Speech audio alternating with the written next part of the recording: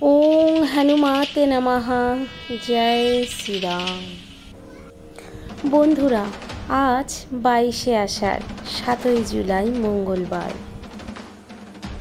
শাস্ত্র অনুযায়ী এই মঙ্গলবার দিনটি হনুমানজির পুজোর জন্য সমর্পিত করা হয়।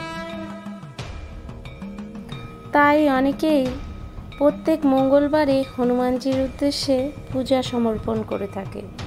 এছাড়া যাদের শনিবার কিংবা মঙ্গলবারে জন্ম কিংবা জন্মছকে রাহু, কেতু বা শনি মহারাজের দশা থাকে, তাদেরও কিন্তু হনুমানজির পুজো মঙ্গলবার ও শনিবারে করলে এই সমস্ত দশা থেকে মুক্তি লাভ হয়।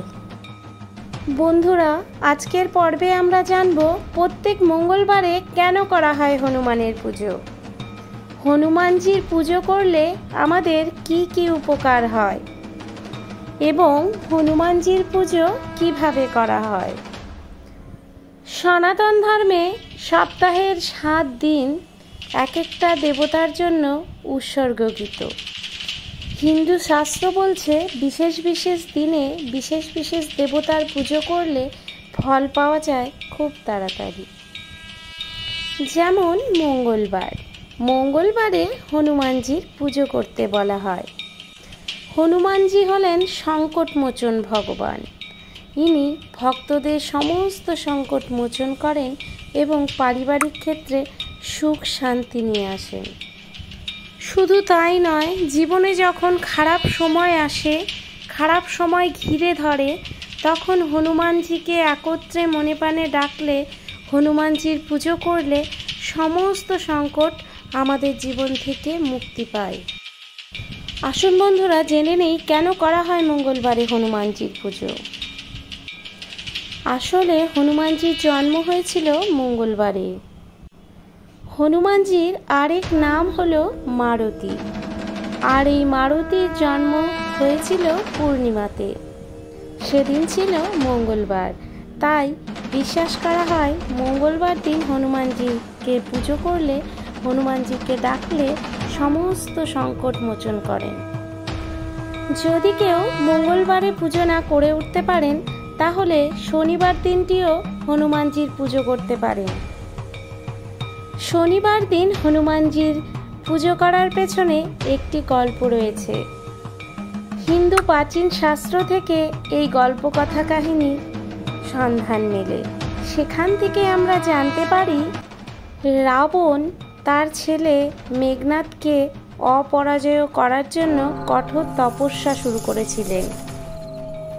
কিন্তু ভগবান বিষ্ণু এই ক্ষমতা মেঘনাদকে দিতে চাইছিলেন না, কারণ তাতে ফলাফল ভয়ঙ্কর হবে। যখন রাবণের কানে এই কথাটি পৌঁছালো, রাবণ তখন 9টি গ্রহকে অপহরণ করে এমন এক অজানা সন্ধানে লুকিয়ে রেখেছিলেন, হদিশ মিলছিল না তার, যার সন্ধান কেউ পাচ্ছিল না। এই সময় হনুমানজি দেবী সীতার খোঁজে লঙ্কায় এসেছিলেন। এই সময় হনুমানজি প্রথম দেখেছিলেন যে একটা অন্ধকার কুঠুরিতে এই 9টি গ্রহকে বন্দি করে রাখা হয়েছে।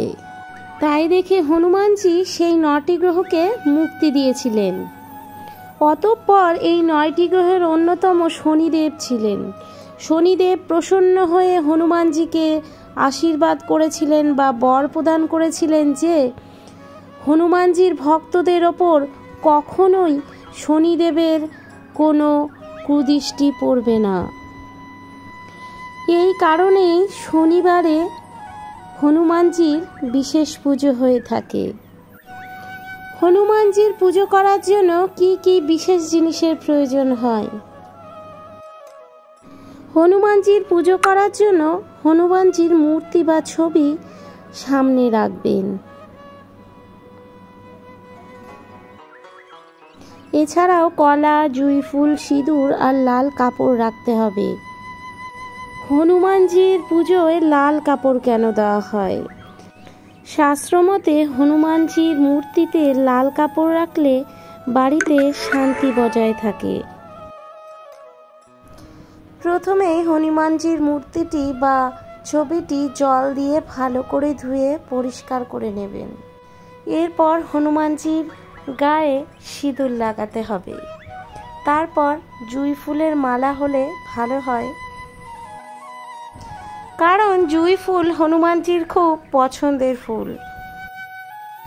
হনুমানজির পুজো দেওয়ার আগে স্নান সেরে শুদ্ধ বস্ত্রে হনুমানজির পুজো দেবেন এবং পুজো সমর্পণ হলে তারপর হনুমান চালিসা অবশ্যই পাঠ করবেন। পুজোর সময় হনুমানজিকে কলা অবশ্যই নিবেদন করবেন, কারণ হনুমানজির কলা অতি প্রিয়। প্রত্যেক মঙ্গলবারে হনুমানজির পুজো করুন। হনুমানজির পুজো করলে একাধিক ফল লাভ হয়, মনোবল বাড়ে।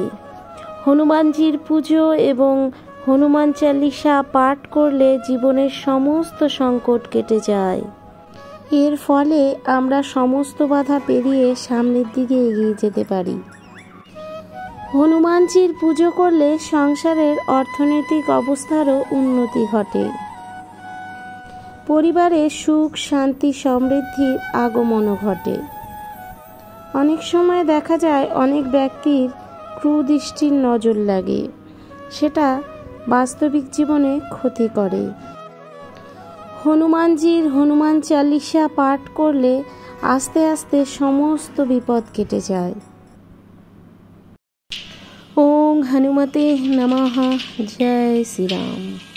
শ্রী গুরু চরণ সরোজ রজ নিজমান মুকুর সুধারি বাড়ানৌ রঘুবার বিমল যশ যদায়ক ফলচারী। গুরুচরণের দ্বারা নিজের মনরূপ দর্শন পরিবর্তন করে রঘুবর শ্রী রামচন্দ্রের বিমল যশদায়ক ফলচারী রূপ বর্ণনায় ব্রতী হয়েছেন।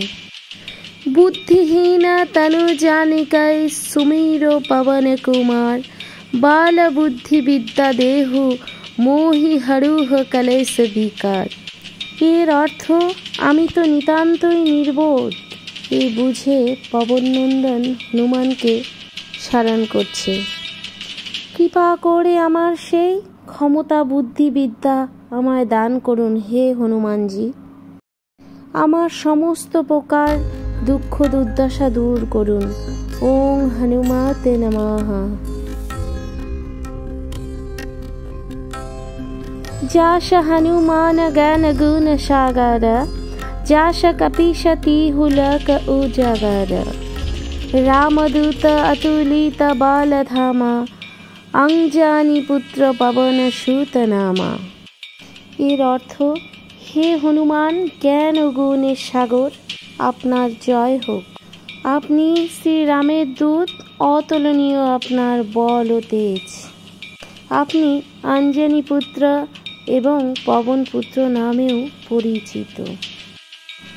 মহাবীর বিক্রম বজরঙ্গী কুমতি নিবাড় সুমিতি কে সঙ্গী कंचन बड़न विराज सुबेशा কানন কুণ্ডল কুঞ্চিত কেশা। এর অর্থ, আপনি মহাবীর বিক্রম বজরঙ্গী কুমিত নিবাড় সুমিত সঙ্গী। কুঞ্চিত কেশের শোভায় দর্শনীয় আপনার রূপ। বিদ্যা গুণী অতি চাতুর রাম কাজ করিবে আতুর প্রভু চরিত্র শুনিবে কো রসিয়া রাম লখন সীতা মান বসিয়া। সর্বপ্রকার বিদ্যা ও সকল গুণে ভূষিত আপনি। উদ্দেশ্য সাধনে আপনি অতিশয় দক্ষ ও চতুর। বিশেষত শ্রীরামের কার্য সাধনে আপনি সর্বদা তৎপর। সূক্ষ্ম রূপধারী সিজই দিখাবা বিকট রূপধারী লঙ্কা জ্বালাবা। আপনি ক্ষুদ্র রূপ ধারণ করে সীতা দেবীকে দেখা দিয়েছিলেন। আপনি লঙ্কা দহনের সময় বিকট রূপ ধারণ করেছিলেন। ভীম রূপধারী আসুর সংহারে রামচন্দ্রকে কাজ সংবারে। রাক্ষস দমনে আপনার রূপ ভয়ঙ্কর। যুদ্ধকালে রামচন্দ্রকে সাহায্য করার জন্য আপনি বিভিন্ন সময় বিভিন্ন রূপ ধারণ করেছিলেন। হে প্রভু হনুমানজি, আপনার জয় হোক। এই হনুমান চালিসা যতবার পাঠ করবে তার বন্ধন মুক্ত হবে, সে সকল সৌভাগ্য লাভ করবে। বন্ধুরা, আজকে ভিডিওটা এখানেই শেষ করব। সবাই ভালো থাকবেন, সুস্থ থাকবেন, আর মঙ্গলবারে অবশ্যই হনুমানজির ব্রত করবেন। কমেন্টে একটু লিখে যাবেন, জয় হনুমানজি, জয় বজরংবলীর জয়। বন্ধুরা, দেখা হবে অপর একটি ভিডিওতে। আজকে আসছি, সবাই ভালো থাকবেন।